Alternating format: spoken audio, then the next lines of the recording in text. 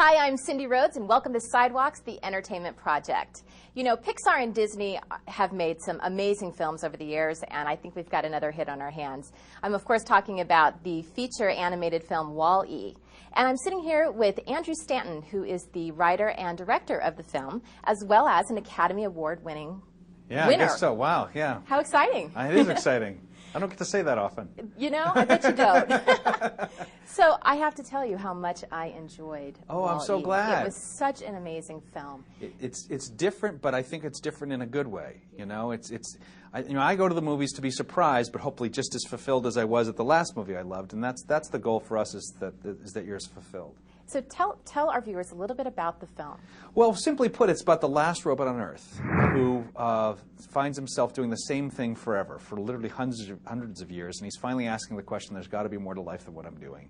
And one day, out of the blue, another robot lands on the planet, and he falls head over heels in love with her and is willing to follow her out to the galaxy to win her heart. And that's kind of it in a nutshell.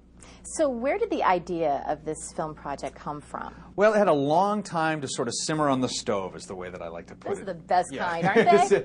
Honestly, I don't know any other kind.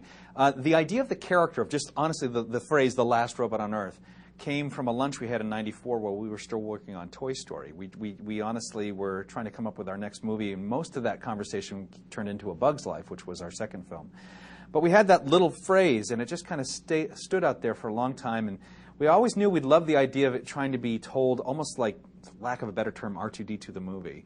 So we just wanted the integrity of how it was built, the way it would beep and squawk and stuff, to be how it spoke. And that was such an abstract idea at the time that we thought, well, nobody will let us do it. So it just kind of went on the shelf for a long, long time. And then it took for all these other movies, for technology to get better, for us to become better filmmakers, that I found myself around 2002 thinking about this little guy again and saying, what kind of story should he have?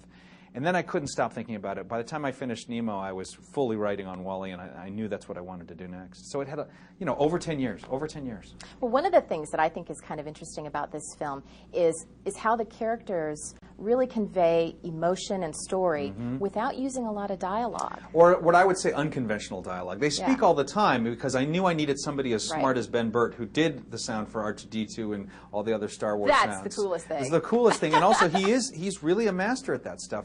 So I was basically hiring an actor who plays lots of roles for me in the movie.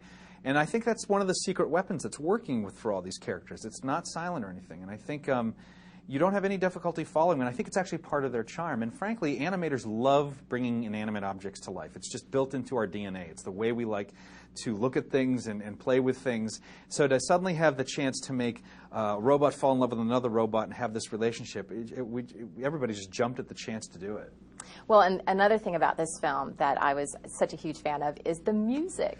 You stole from, well, I don't want to say stole, but you utilized some footage as well as music from Hello Dolly, the film. I took from the hip-hop playbook. I sort of used something that was used one way, and now I use it for another way here. And, it was just it was an odd way that I discovered it, but it became just sort of the best example, I thought, of where Wall-E's heart was at and where his thinking was at, and it became a great storytelling device.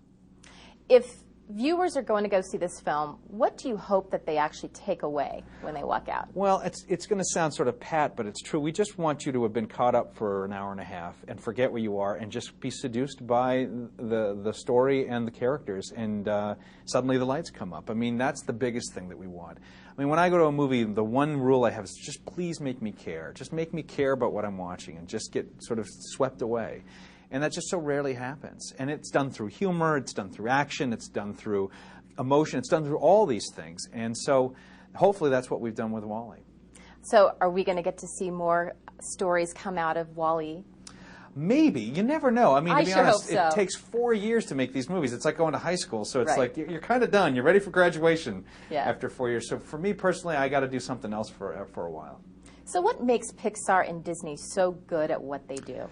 You guys have had such a long history of making amazing films. Well, we've always had a great relationship, and they really have been great at sort of early on teaching us how to make a movie and then sort of letting us swim on our own.